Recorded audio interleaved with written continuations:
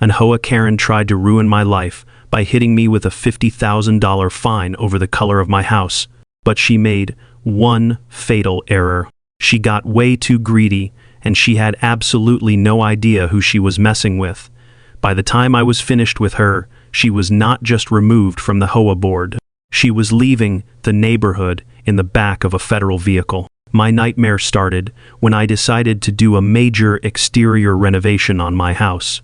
I wanted a very specific, modern look, featuring a unique wavy top design.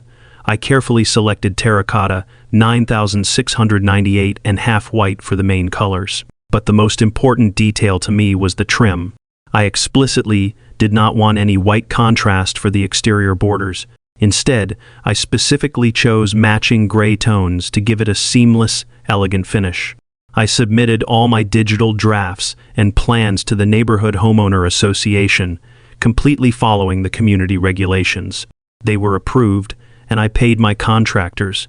To finish the job, I even put in a new driveway design to match the red tuff tiles on the right side of my gate, complete with a new ramp and step on the left side. I was incredibly proud of my home. A week after the paint dried, Brenda showed up. Brenda was the new HOA president, and she ruled our quiet subdivision like a ruthless dictator. She stood on my new driveway and started screaming at me.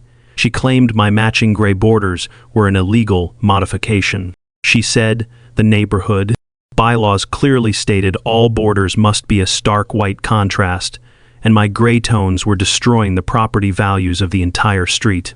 I calmly tried to explain that the previous board had already approved my specific design drafts, but she did not care. She pulled out her clipboard, scribbled on a violation ticket, and slammed it against my front door. It was a fine for $500, with a demand to repaint the borders white within 48 hours. I ignored her.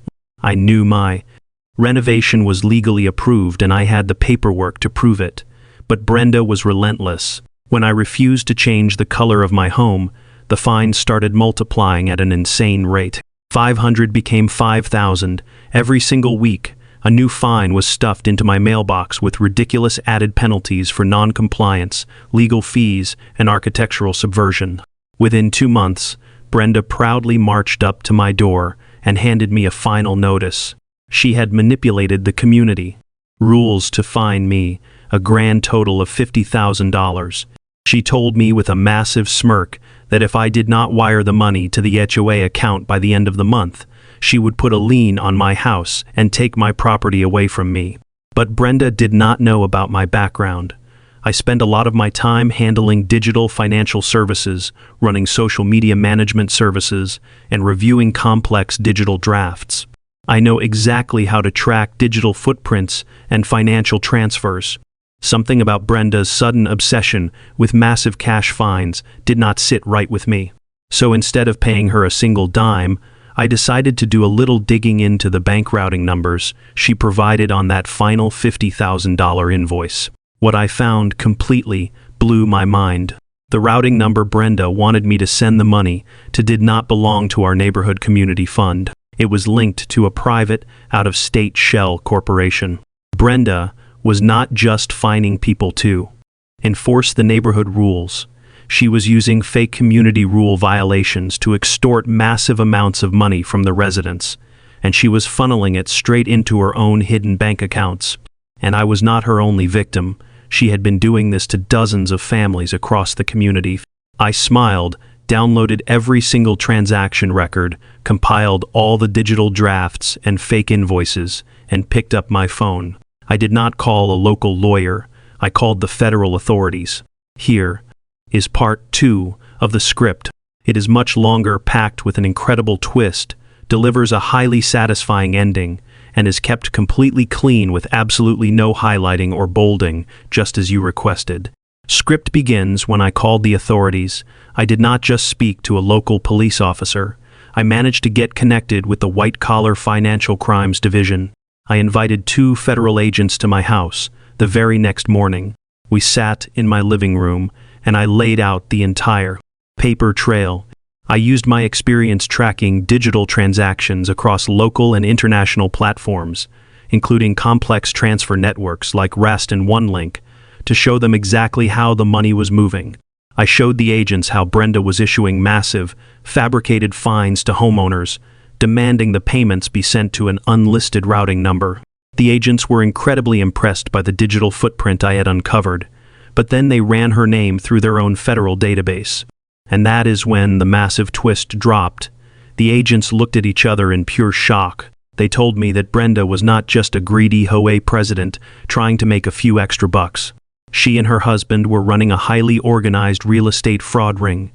The shell corporation I found did not just collect fines. If a homeowner could not pay the ridiculous $50,000 penalties, Brenda would use the HOA power to place a legal lien on their property and force it into foreclosure. Then, her husband's fake investment company would swoop in and buy the stolen house for pennies on the dollar. They had been moving from state to state, hijacking neighborhood associations and stealing homes.